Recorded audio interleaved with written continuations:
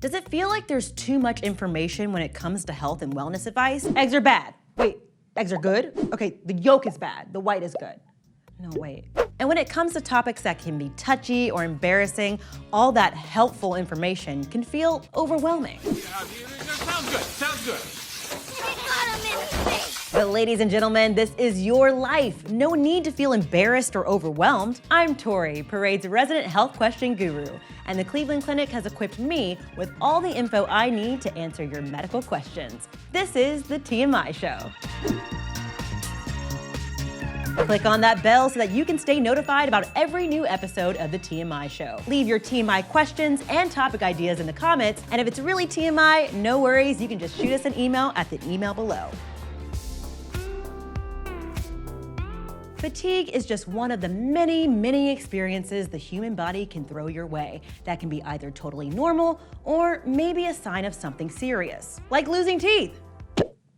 After all, normal fatigue can happen to anyone for all kinds of reasons. Staying up late to work on a big project, a busy few weeks at work, one too many, just one more episode, TV binges. I'm looking at you, Witcher. But here's some good news. There are quite a few common causes for fatigue that you don't need to be alarmed about. And speaking of alarm, lack of sleep or poor quality sleep is one of the most common causes of fatigue. It makes sense when you think about it, right? But thinking about anything can be hard when you're not sleeping right. If you're on the lookout for a better night's sleep, there are a few strategies you can try out, like having a structured bedtime routine. Now, no one is saying you have to be the early bird who gets the worm or be first in line at the coffee shop.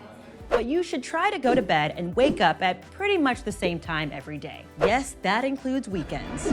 It's a trap! Limit your caffeine intake before bedtime and your alcohol intake. Passing out and falling asleep are not the same thing. And if you're all snug as a bug under the covers but can't fall asleep within 20 minutes or so, get up. Yep, that's right, get out of bed. What's happening here is that you're trying to train your brain that bed equals sleep. Bed does not equal tossing, turning, and worrying about not falling asleep. So get up. Have a glass of water, hit the bathroom, but don't grab your phone. That blue light's no good for your sleep either. The point is, do something that will relax or distract you from the fact that you should be sleeping, but you're not. When you start feeling drowsy, go ahead and crawl back under those comfy covers.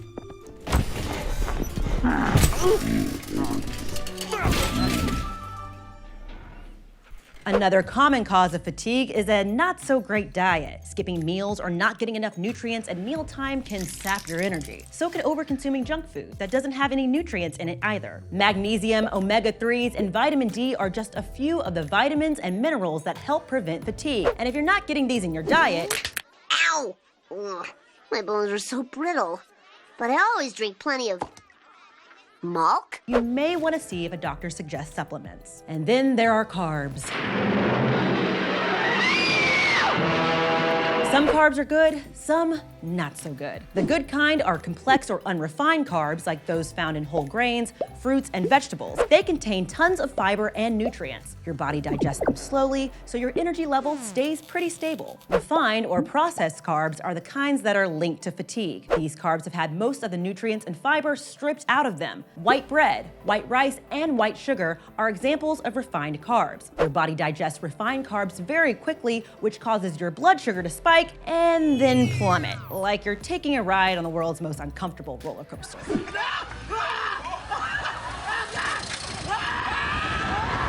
That, my friends, is the definition of fatigue. This blood sugar roller coaster can be kind of thrilling because the highs are high. Think sugar rush excitement. But the lows are low.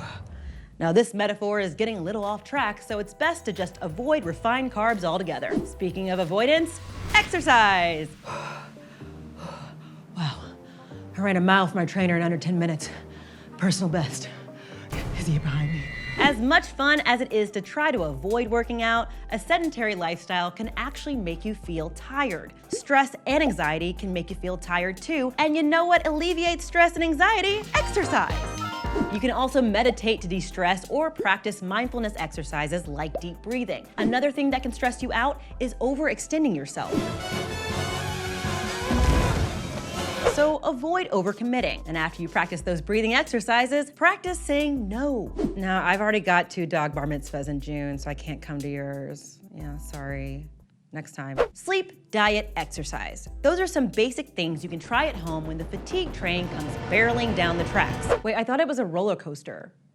What? But fatigue can also be a sign of serious illnesses, like anemia or diabetes, or a problem with your thyroid. Anemia happens when your blood is low on hemoglobin, a protein that helps carry oxygen throughout the body. Now, there are several different types of anemia, but iron deficiency anemia is one of the most common, and fatigue is a major symptom. Dr. Mifflin, this is Aaron. He's not available right now. A blood test can determine if you have anemia and what type it is. Excessive drowsiness and lethargy, fatigue by any other name, can also be a complication of diabetes. Diabetes occurs when the pancreas either produces little to no insulin, or the insulin doesn't work as it should, meaning your body can't use food for energy the way it needs to. Guess what? That'll make you tired. Guess what else? You need to see a doctor if you're fatigued and there aren't any obvious reasons for it. Just like with suspected anemia, your doctor will perform specific blood tests to confirm or eliminate a diagnosis. Anything else bothering you? Nope. Okay. Well, I mean, yeah, I've got a weird rash in my knee pit area. And my tongue on this side doesn't taste anything anymore. Sometimes when I walk, my ankles make like a weird rattlesnake sound. Diagnosing thyroid issues will require a doctor too. Fatigue can be a symptom of hypothyroidism, which is when the thyroid doesn't produce enough hormones and the body uses energy slower than it should. Less common illnesses that might leave you feeling fatigued are chronic fatigue syndrome, surprise, surprise, right? And fibromyalgia. The main symptom of fibromyalgia is pain. People who have it say it feels kind of like having the flu all the time. And I don't have to spell out the main symptom of chronic fatigue syndrome, do I? Because it's, drumroll please, fatigue!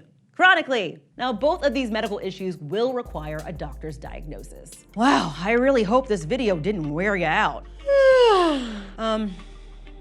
Is it coffee? What does it say? Hit the comments with your TMI questions and send us an email if you don't want Hippie Chick 96 down there to know all about your bad breath. Thanks for watching.